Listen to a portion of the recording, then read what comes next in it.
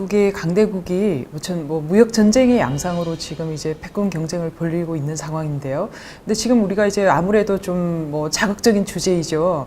지금 한참 이제 이슈가 되는 두 국가에 대해서 또 어떻게 보면은 총성이 없는 그런 전쟁이지만은 대표님 말씀하셨다시피 경제에 직접적인 영향을 미치는 이러한 이제 경쟁을 벌이고 있는 상황인데요.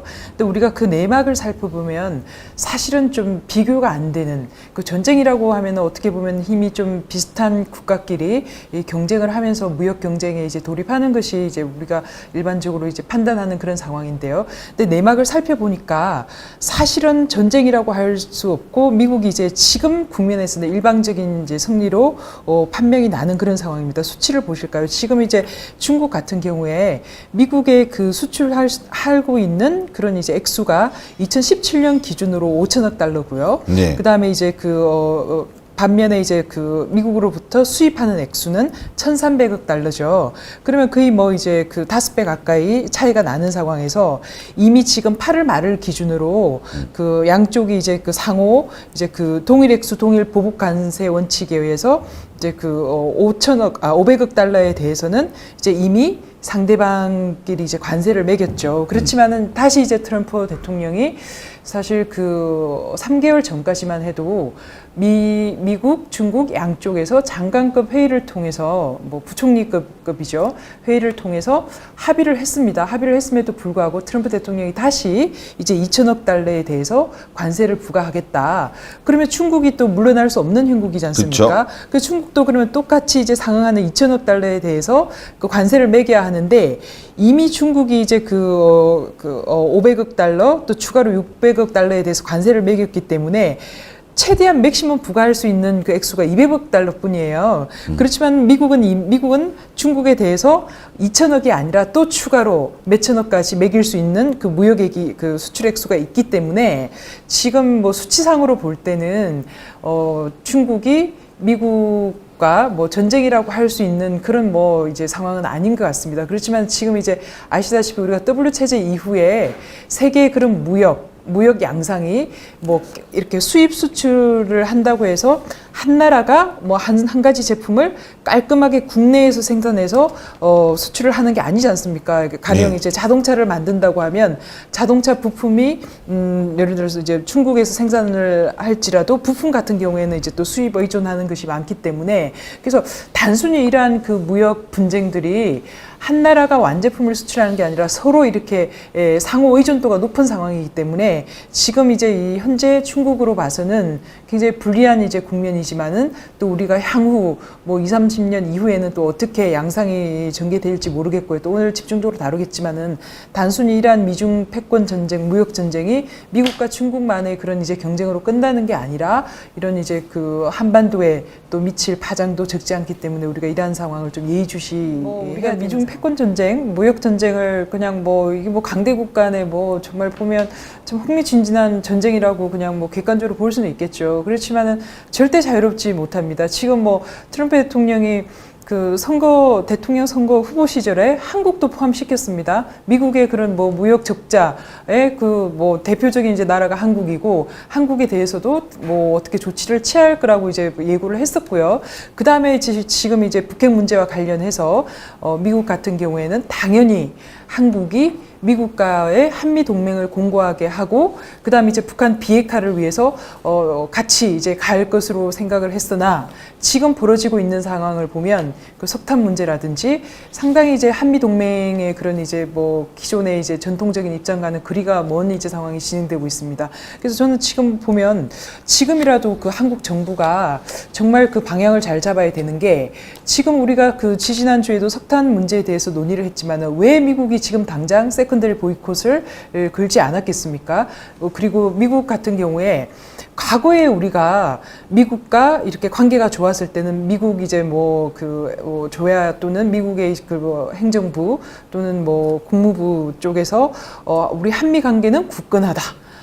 미국은 한국을 믿는다라는 수사적인 표현을 하지 않았습니다. 근데 지금은 거의 뭐 1, 2주 간격으로 한국을 믿는다라는 수사적인 표현을 계속 일부러 하고 있는데 사실 정말 이게 말 그대로 믿는다는 표현일까요? 저는 일종의 이제 그런 뭐 북한 비핵화 문제라든지 이런 부분에 있어서 역할을 똑바로 하라라는 경고의 목소리로 이제 받아들여지는데요. 그래서 지금 이제 이런 무역 분쟁이라든지 이런 부분에 대해서 사실 한국이 똑바로 처신을 하지 못할 경우에는 우리도 미국의 그런 뭐 이런 무역에 있어서의 불이익을 받을 수 있는 그런 이제 잠재적인 상황이고요.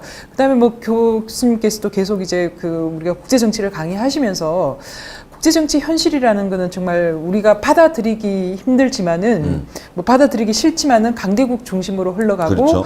강대국 국제정치의 그런 생산자는 우리는 단순한 소비자이고 그런 이제 이런 뭐 한국 같은 중견국이 구조를 바꿀 수 있는 주도적인 역할을 하기가 굉장히 힘든 상황 아니겠습니까? 네. 무역에 있어서도 뭐 미국이 압도적으로 이제 수치가 높은 상황에서 우리처럼 이렇게 이제 중견국이 미국을 움직일 수 있는 그런 뭐 상황이 되기도 힘든 상황이고 군사적 그런 뭐 그런 경쟁에서도 마찬가지입니다. 미국이 전 세계 1위 기제 군사 대국으로서 뭐 스텔스 폭격기라든지 잠수함 그런 뭐 중국이라든지 나머지 국가들이 따라올 수 없는 그런 이제 뭐 군사력을 보유하고 있는 상황에서 과연 우리나라처럼 강대국이 아닌 국가가 할 수 있는 그런 것들은 뭐 동맹이라든지 나와 있음에도 불구하고 지금 문재인 정부가 펼치는 외교 정책, 경제적인 면에서나 군사적인 면에서는 정말 좀 방향을 지금이라도 수정을 해야 되지 않을까 하는 지금 이제 미국의 그런 뭐 지위라든지 국제 정치에 있어서 그런 부분을 우리가 조금 더 직시할 필요가 있습니다.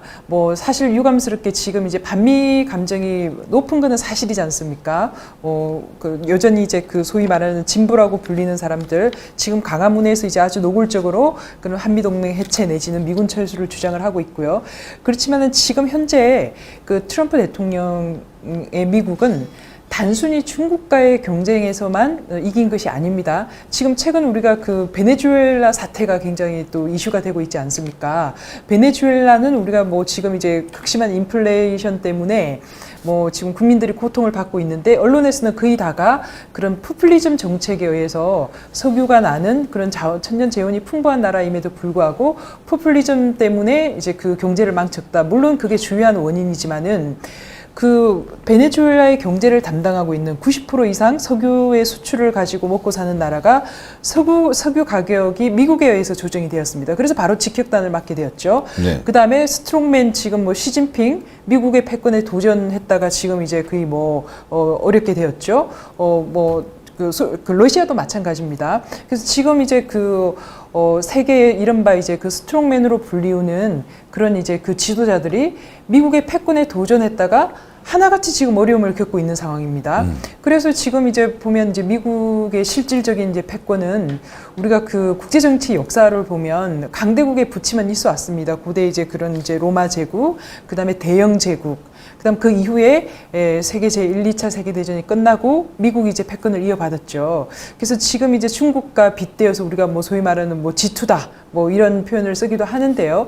그렇지만 실상 우리가 그 미국의 패권이 그 지금 이제 그 하락을 논의하기에는 아직까지는 저는 아니라고 봅니다. 지금 이제 여러 가지 통계 자료라든지 지금 뭐 미국이 세계 슈퍼 그 강국이라는 것은 입증되고 있는 상황이기 때문에 이런 미국의 실체 또는 국제 정치에 있어서 미국의 그런 지위라든지 이러한 것들을 우리가 직시를 하고 그런 이제 무역이라든지 그런 뭐 안보 동맹 이런 부분에 있어서 어떻게 처신해야 될 것인지를 또 신중하게 판단을 해야 된다고 생각합니다.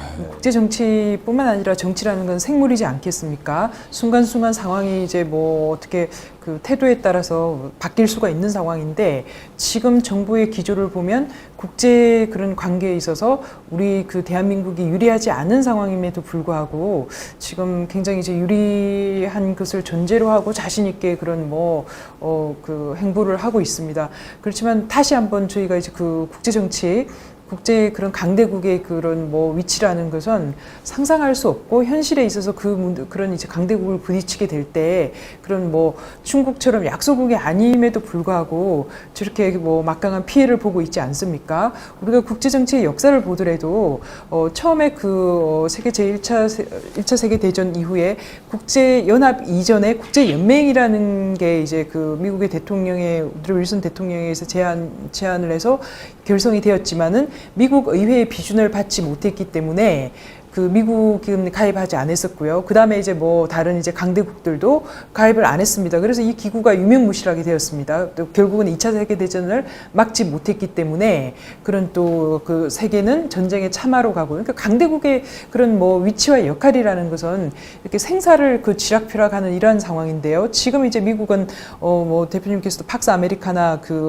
소개를 해주셨지만은 당분간 뭐 미국의 그런 패권은 또 유지가 될 수 있는 그런 이제 상황이고, 그러한 이제 패권을 유지할 수 있는 경제력, 군사력은 나머지 그런 뭐 선진국들을 다 합쳐도 그런 뭐 미국이 충분히 감내할 수 있는 상황이기 때문에 앞으로의 그런 미국이 이제 중간 선거가 단순히 그런 뭐 태평양 건너 강대국의 그런 일이 아닌 우리나라의 그런 정치적인 상황, 안보적인 상황, 경제적인 상황에 직접적으로 영향을 미칠 그런 이제 선거이고요. 그러면 우리가 그러면 자, 미국의 그런 중간 선거 11월 달까지 아무런 조치를 취하지도 않고 선거 결과를 기다릴 수는 없는 상황 아니겠습니까? 지금이라도 그런 뭐 남북 관계에 있어서 기존의 이제 정책에 있어서 실효적으로 우리가 국민들의 그런 상식적인 수준 또는 이제 북한의 상황, 비핵화에 대한 가시적인 성과가 전혀 없는 상황에서 평화 공세로 가는 이러한 그 대북 정책이 과연 그런 실효성이 있는 정책인지, 이런 부분에 대해서 냉정하게 하나씩 체크할 때라고 생각합니다. 맞습니다.